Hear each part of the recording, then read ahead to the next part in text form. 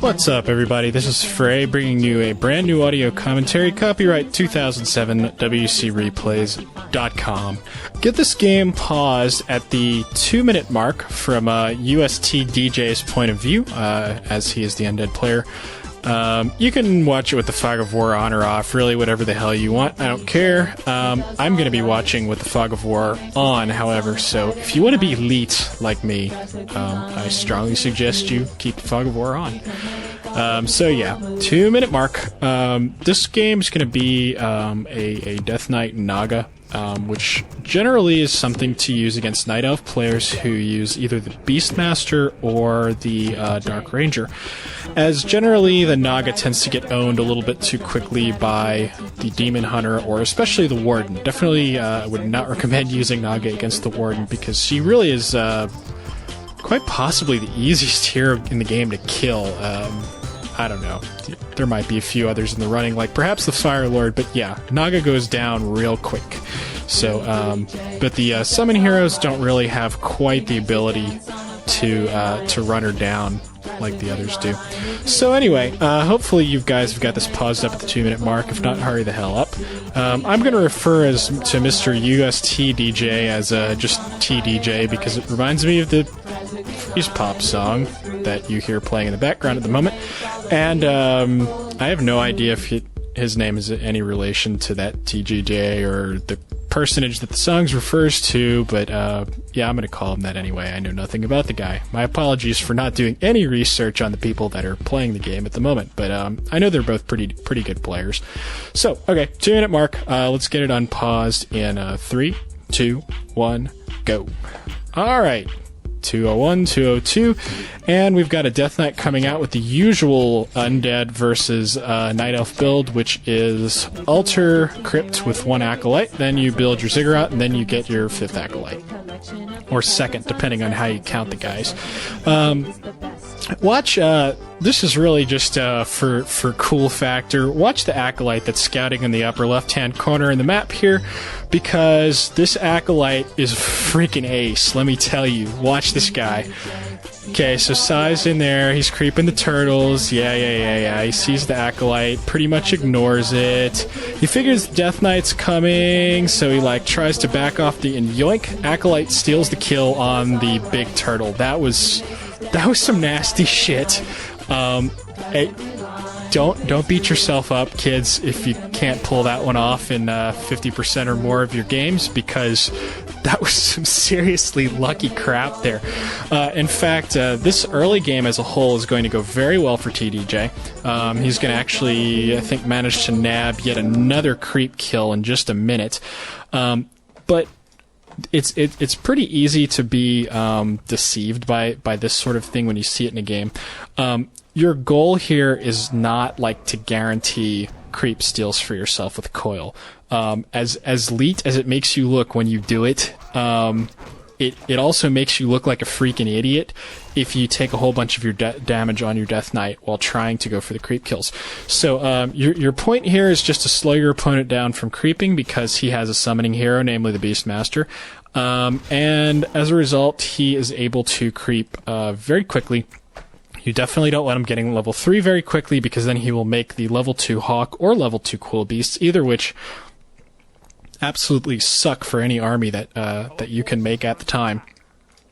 But this has been a very nice early game for TDJ, especially because he didn't actually take any damage on his Death Knight. Now, he's going to creep the turtles in the lower right-hand corner here. I think he might have been better off if he'd actually just brought his ghouls straight to his Death Knight and harassed. The whole deal is you want to get level 2 on your Death Knight before you try to make any kind of offensive push with your ghouls. Ghouls are so much stronger against archers when they have Unholy Aura speeding them up. Otherwise, it's fairly reasonable for your opponent to be able to just kind of micro back whatever archers are being attacked. And they can kind of, once an archer's running from ghouls that don't have Unholy Aura on it, they can pretty much get away without really taking much damage. However, if you have Unholy Aura, even an archer that's running away is still going to get beat up by ghouls. So, if at all possible, that's a lot of the reason why we multitask creep and everything like that. I know I've been over multitasking creeping like a couple hojillion times, so just listen to one of my older Undead vs. Night Elf commentaries if you want explanation of how to do that. But basically, I want to point out that TDJ had a pretty nice timing going on there, just in the sense that he managed to go into the Night Elf base right when the Night Elf was trying to creep. That's really the advantage. If you know where the Night Elf is, go ahead and try and creep jack him. But if you don't know where he is, you don't necessarily have to waste a whole lot of time trying to find him. You can just go like beat up on one of his moon wells like that, and if he's like in the middle of creeping, like he'll either, he's got to go haul ass all the way back to his base. It wastes a whole bunch of his time. And then once his army shows up, just get the hell out of there, because you've pretty much already done enough damage by wasting his time like that. Now TDJ's got a hawk following him. This is annoying, but just don't let it bother you. There's absolutely nothing you can do about it. He's going to follow you with that hawk, and he's going to know where you are. Just, don't try to sneak anything, because obviously he knows you're doing it, but this is fairly standard practice for Undead in the early game. He's not doing anything all that surreptitious here. It's just a matter of, once you get to tier 2, you grab your Naga, you start building some fiends kind of as a contingency plan for when his dryads start coming out. And you basically just contain his ass. At tier 2, Night Elves they're wanting to grab, they generally want to grab a panda if they can. In this case, I think upon seeing TDJ's Naga, Sai is going to grab his own Naga. He didn't want to get out Naga'd or something. No, I'm kidding. The reason for that is Naga's a little bit stronger when she comes out with comparison to the panda. I mean, the panda can put some damage on the ghouls and kind of sometimes make them go away, but the panda's also kind of likely to get killed just because the Naga and the fiends and stuff can focus him down. You notice TDJ, he tried to get a surround on his opponent's Naga, but as soon as it didn't really work out, he got the heck out of there because his opponent's got a ton of archers. Once those archers get in a position and start firing, he was going to start losing ghouls pretty quick, so he was smart to pull away. The point of this right now, especially against an opponent that has, summons and like a good 6 or 7 archers, you're not going for a straight fight. What you're looking for here is to either creep jack him or force him to just kind of putz around like this, and not get any more levels up and not get any more expansions, because that's what at tier 2, that's what Night Elf wants to do. They want to get levels and they want to get an expansion up, because at that point they can creep and expand a heck of a lot better than you can. The presence of the Naga allows you to kind of bully them into not doing that. And if you look at the Undead vs. Night Elf audio I did just before this, you can see just how deadly that it can be if you don't understand why Sai is playing so defensive at this point. Anyway, that was a nice move also by TDJ, and that he drew the creeps back a little bit because he knew his opponent was kind of nearby, so the chances of getting creep jacked was pretty likely. If you are likely to get creep jacked, it's probably better to be creeping one of those shop camps. Even though they have web, the thing is you can kind of draw them back to the point where you'll be able to see your opponent coming from a mile away. And let's see.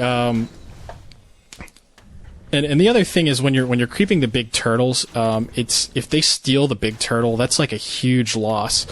So it ends up being kind of a little bit more risky to be creeping the big ones. Sai basically thought there that just to kind of explain in retrospect what happened. I know I'm not totally on the ball here, but Sai basically thought, because he had a hawk scouting TDJ's army and saw him start creeping, Sai thought he had time basically to creep the big turtles.